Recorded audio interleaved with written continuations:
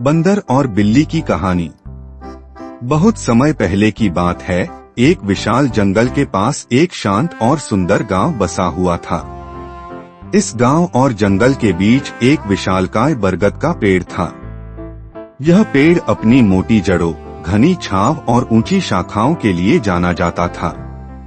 उसी पेड़ पर माखन नाम का एक बंदर रहता था। माखन बहुत शरारती और चतुर था।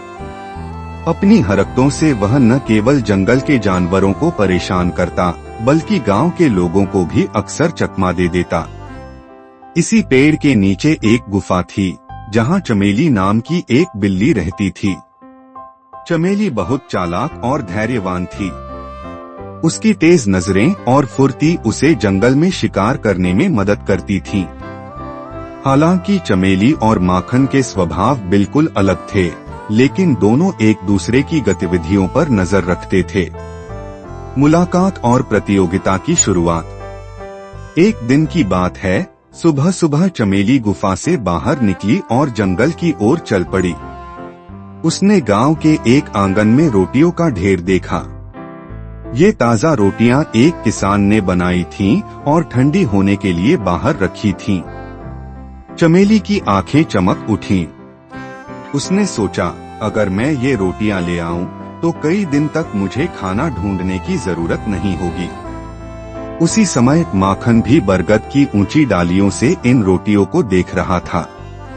वह मुस्कुराते हुए सोचने लगा, ये रोटियां तो मेरी होनी चाहिए। मैं इन पर कब्जा जरूर करूंगा। रोटियों पर कब्जा करने की योजना। माखन ने अपनी फुर्ती का इस्तेमाल करते हुए पेड़ से छलांग लगाई और सीधे किसान के आंगन में पहुंच गया। उसने झटपट सारी रोटियां उठाईं और उन्हें लेकर पेड़ पर चढ़ गया।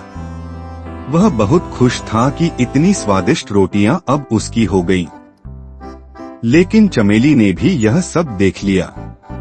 वह फौरन पेड़ के पास पहुंची और चिल्लाकर बोली, अरे माखन भाई, तुमने इतनी सारी रोटियां अकेले ही चुरा ली। जंगल के नियम के अनुसार हर भोजन को बराबर बराबर बांटना चाहिए। माखन ने तुनक कर कहा, जंगल के नियम मुझे मत सिखाओ। ये रोटियां मैंने मेहनत से चुराई हैं, तो ये सिर्फ मेरी हैं। तुम्हारा इसमें कोई हक नहीं। चमेली ने चालाकी से कहा, अगर तुम मुझे मेरा हिस्सा नहीं दोगे, तो मैं यह बात पूरे जंगल में फैला दूंगी। और फिर देखना, कोई भी जानवर तुम्हारे साथ नहीं खड़ा होगा। झगड़े का समाधान ढूंढना। माखन ने सोचा, अगर चमेली ने ऐसा किया, तो मेरी बदनामी हो जाएगी। वह थोड़ी देर चुप रहा, फिर बोला, ठीक है, हम रोटियों को बांट लेते हैं, लेकिन मैं तय करूंगा कि कितना हिस्सा किसे मिलेगा। चमेली ने उसकी बात मान ली, लेकिन उसे माखन की चालाकी का अंदाजा था। रोटियों का बंटवारा। माखन ने रोटियों को दो हिस्सों में बांटा। एक हिस्सा बड़ा था और दूसरा छोटा। उसने बड़ा हिस्सा खुद के लिए रखा और छोटा हिस्सा चमेली को देने का प्रस्ताव रखा। चमेली ने तुरंत विरोध किया, यह तो अन्याय है। ये हिस्से बिल्कुल बराबर नहीं हैं। माखन ने चालाकी से कहा, ठीक है, मैं इन्हें बराबर करता हूँ। चालाक बंदर की हरकतें। माखन ने बड़े हिस्से से थोड़ा सा टुकड़ा तोड़ा और खा लिया। अब दूसरा हिस्सा बड़ा लगने लगा। उसने वहां से भी थोड़ा टुकड़ा खा लिया। यह सिलसिला तब तक चलता रहा, जब तक सारी रोटियां खत्म नहीं हो गईं। चमेली हैरान और गुस्से में थी, लेकिन वह कुछ नहीं कर सकी। माखन अपनी चालाकी पर मुस्कुरा रहा था। बिल्ली की चालाकी। चमेली ने ठंडी सांस ली और बोली, तुमने तो सारी रोटियां खा ली, लेकिन क्या तुम्हें लगता है कि तुमने मुझसे जीत लिया है? माखन ने हंसते हुए कहा, सच कहूं तो हाँ, मैं जीत गया और तुम हार गई। चमेली मुस्कुराई और बोली, लेकिन याद रखना, तुम्हारी चालाकी तुम्हें अकेला कर देगी, और जो अकेला होता है वह कमजोर होता है।